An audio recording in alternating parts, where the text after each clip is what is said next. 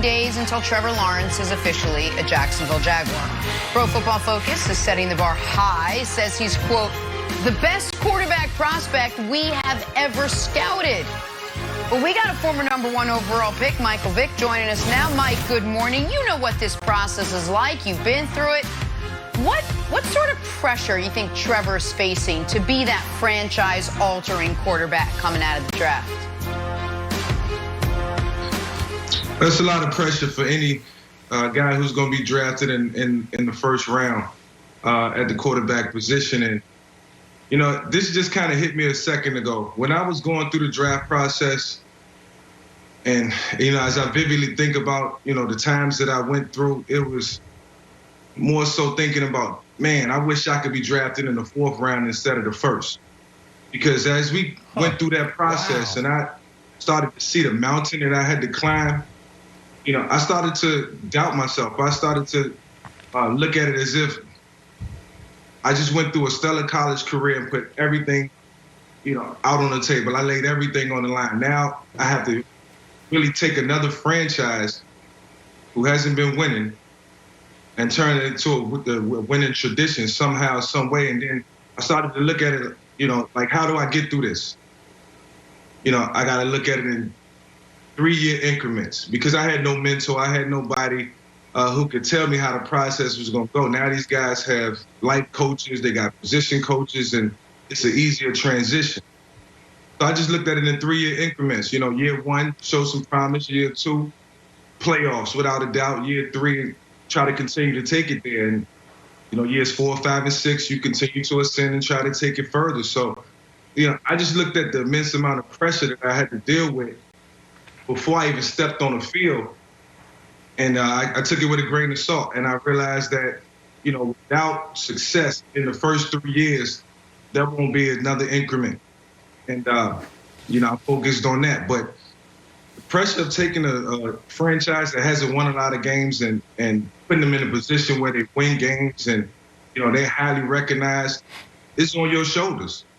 Guys like Matt Ryan and Joe Flacco, you know, Ben Roethlisberger, they didn't make it any easier as they made the playoffs in their rookie years respectively. So that's the pressure that all these guys are facing, not just Trevor Lawrence, but going through the college ranks and, you know, playing on that level of competition should help them weather the storm in their first 3 years, hopefully.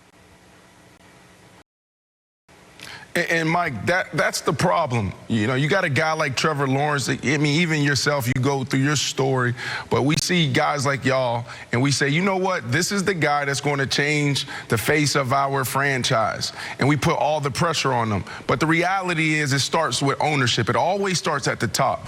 Guys that comes in and have a successful career, they have strong leadership at the top. They have stability at management. They have defense, or at least a capable defense. They have guys around them. It takes more than one guy to get the job done. This is a sport in the offseason where you have 90 guys in the locker room. You know, you're talking about a support staff of 100 people pouring into the team every single day, from athletic trainers to physical therapists to doctors to the grounds crew. Everybody playing their role so the team can be successful. But we want to put it on one man's shoulder, and that's not the reality. But if we're going to look at the quarterback position and say, what's the most important thing that they need, you got to start with the offensive coordinator. So when you think about the guy they brought in, Darrell Bevell, you got to see if he's capable first. Like, this guy can come in, and if he's not in the right situation, he'll never be successful. Darrell Bevell, tell me the last time you guys remember him having a phenomenal offense. Seattle? No. I mean, you had Russell Wilson, and he was there, 2011 and 2017, but it was that Legion of Boom. And Russell Wilson, 2 minutes left, Russ, go cook. Go make it happen for us. Minnesota, 06 to 10, I believe? No. Detroit Lions? No. So when you look at this, you really got to start with, you know, the pitcher around him. But if we're going to hone in on one thing, it starts with that offensive coordinator. If you're not in an offense that's capable, that makes sense, that teaches the quarterback how to go through the progressions, they will never survive. They will look terrible, and everybody's going to be calling them a bust. But then if they were put in the right situation, they could have thrived. Hey, let's say, losing or not having immediate success with the Falcons? Because Trevor Lawrence and Urban Meyer have been wildly successful. We got the stats from Dusty.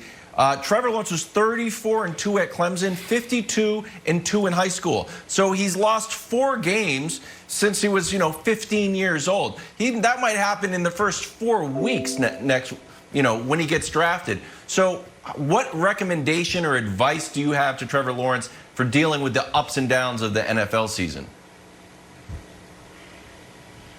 Well, first and foremost, expect to lose some games. You're not walking into the ideal situation where you got a #1 receiver, you got a top 10 defense, you have a proven offensive coordinator, or you have a proven team in general.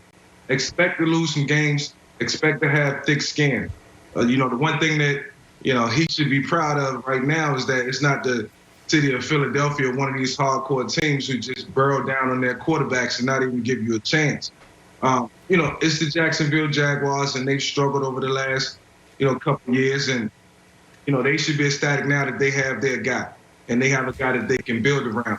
But expect things not to go the way you expect them to go in the beginning, and continue to fight for what you're looking for, and that's winning, and that's success on all the fours. And I think Trevor Lawrence has it in him. It's just going to take a while, and they're going to have to bear with each other and collectively do it together.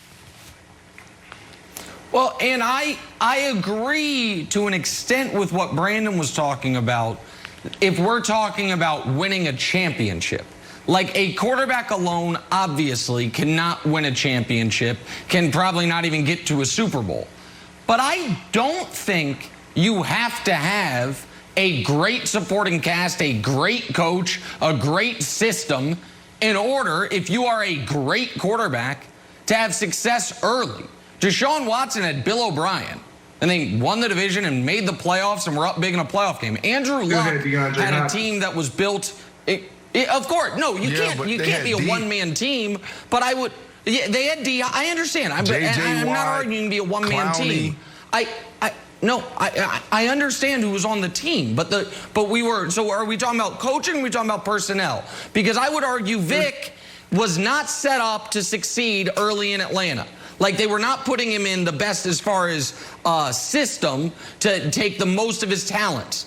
And still in year 2, he's in Green Bay kicking their butt in the playoffs. Now, that team had a ceiling.